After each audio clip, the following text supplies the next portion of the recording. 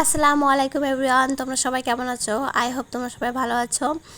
আজকে আমি 15 দিন যাবত এই মেহেদিটা বাইরে রাখছিলাম, তাই তোমাদের সাথে শেয়ার করতে আসলাম। এটা তোমাদের জন্য খুবই হেল্পফুল একটা বিষয় হবে যারা অর্গানিক মেহেদি সেল দাও বা অর্গানিক মেহেদি দিতে পছন্দ করো। তোমরা সবাই জানো যে অর্গানিক মেহেদিটা ডিপ ফ্রিজে রাখতে হয়, ডিপ ফ্রিজে না রাখলে এটা নষ্ট হয়ে যায়।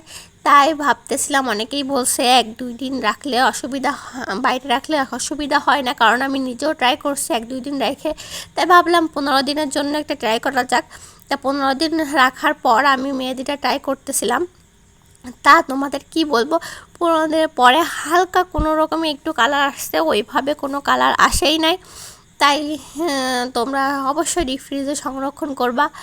আর আজকে ভিডিওটা এই পর্যন্তই, আমি কন্টিনিউ করতে পারি নাই, কারণ আমার বাসায় কারেন্ট চলে গেছিলো। আর কারেন্টের কথা কি বলবো, বর্ষাকাল আসলে এদের অসুবিধা শুরু হয়ে যায়।